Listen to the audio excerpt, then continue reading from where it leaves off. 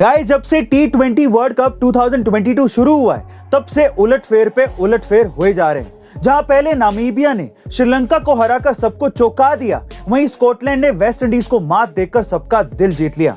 इन दोनों की जीत में एक खास बात कॉमन थी कि उन्होंने इन दोनों मजबूत टीमों को रन चेज नहीं करने दिए और 160-164 के एक छोटे से स्कोर को भी डिफेंड करके दोनों ने ही 40 रनों से भी ज्यादा की जीत हासिल कर ली, जिसमें भी वेस्ट इंडीज एक ऐसी टीम थी जो T20 वर्ल्ड कप का खिताब हासिल कर चुकी थी। वहीं दूसरी तरफ श्रीलंका जो कुछ वक्त पहले ही एशिया कप जीत कर आई है। वैसे गाइस, आगे इस टूर्नामेंट में और कितने उलटफेर होंगे ये तो वक्त ही बताएगा, लेकिन आप ये बताइए कि आपको इन दोनों ही बड़ी टीमों में से किसकी हार सबसे ज्यादा शॉकिंग लग रही है? कमेंट सेक्शन में जरूर लिखिएगा। गाइस, क्या आप जानते हैं कि कनाडा के 90% हिस्से पर आज भी अंग्रेजों का राज है? जी हाँ गाइस, आप ठीक सुन रहे हैं। कनाडा का एक बड़ा हिस्सा जो कि लगभग 90 लाख स्क्वायर किलोमीटर का एरिया है, वो पहले ब्रिटेन की महारानी क्वीन एलिजाबेथ के अंडर आता था, लेकिन अब उनके मरने के बाद इस हिस्से पर प्रिंस चार्ल्स का राज है, जिसमें 48% हिस्सा वहाँ की प्रोविजनल गवर्नमेंट यानी कि अस्थायी सरकार संभालती है और 42% हिस्सा वहाँ की फेडरल गवर्नमेंट यानी कि केंद्र सरकार संभालती है। और अब सबसे हैरानी की बात कि यहाँ का रहने वाला कोई भी कैनेडियन नागरिक यहाँ अपना घर बनाने के लिए जगह नहीं खरीद सकता, क्योंकि इसके लिए उसे ब्रिटेन के प्रिंस या क्वीन की परमिशन की जरूरत पड़ती है।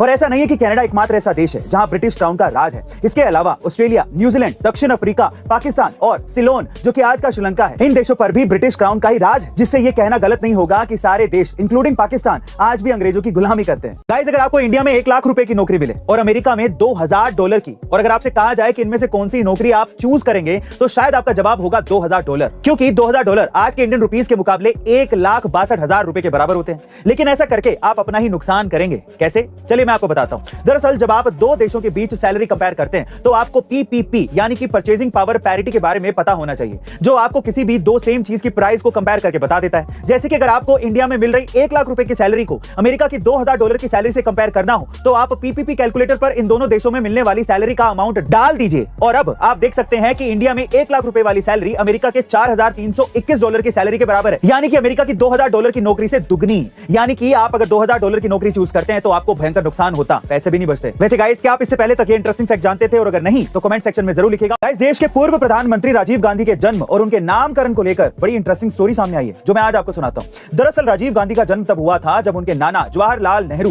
क्विट इंडिया मूवमेंट के चलते जेल में थे, और तब फिरोज गांधी और इंदिरा गांधी ने राजीव गांधी के नामकरण के लिए सिलेक्टेड नामों की लिस्ट नेहरू जी को जेल में ही भेज दी थी, जिसमें नेहरू जी ने एक नाम सेलेक्ट किया जो कि था राजीव रतन। असल में राजीव का अर्थ कमल होता है और नेहरू जी ने ये नाम अपनी पत्नी कमला की याद में रखा था, और राजीव के आगे जुड़ा रतन जिसका अर्थ जवाहर होता है, यानी कि नेहरू जी ने अपने और अपनी पत्नी के नाम पर राजीव गांधी का नाम राजीव रतन गांधी रखा था। लेकिन बाद में इस नाम को शॉर्ट करने के चक्कर में रतन हटा दिया गया और फाइनली नाम रखा गया राजीव गांधी। हालांकि जवाहरलाल नेहरू राजीव के नाम के आगे नेहरू लगाना चाहते थे, लेकिन फिरोज गांधी उसके सख्त खिलाफ थे। वैसे गाइस, क्या आप इससे पहले तक राजीव गांधी के नामकरण के पीछे की ये स्टोरी जानते थे? कमेंट सेक्शन में जरूर लिखिएगा और ऐसी अमेजिंग वीडियोस के लिए A2 मोटिवेशन चैनल को सब्सक्राइब जरूर कर लीजिएगा। मिलता है अगली वीडियो में।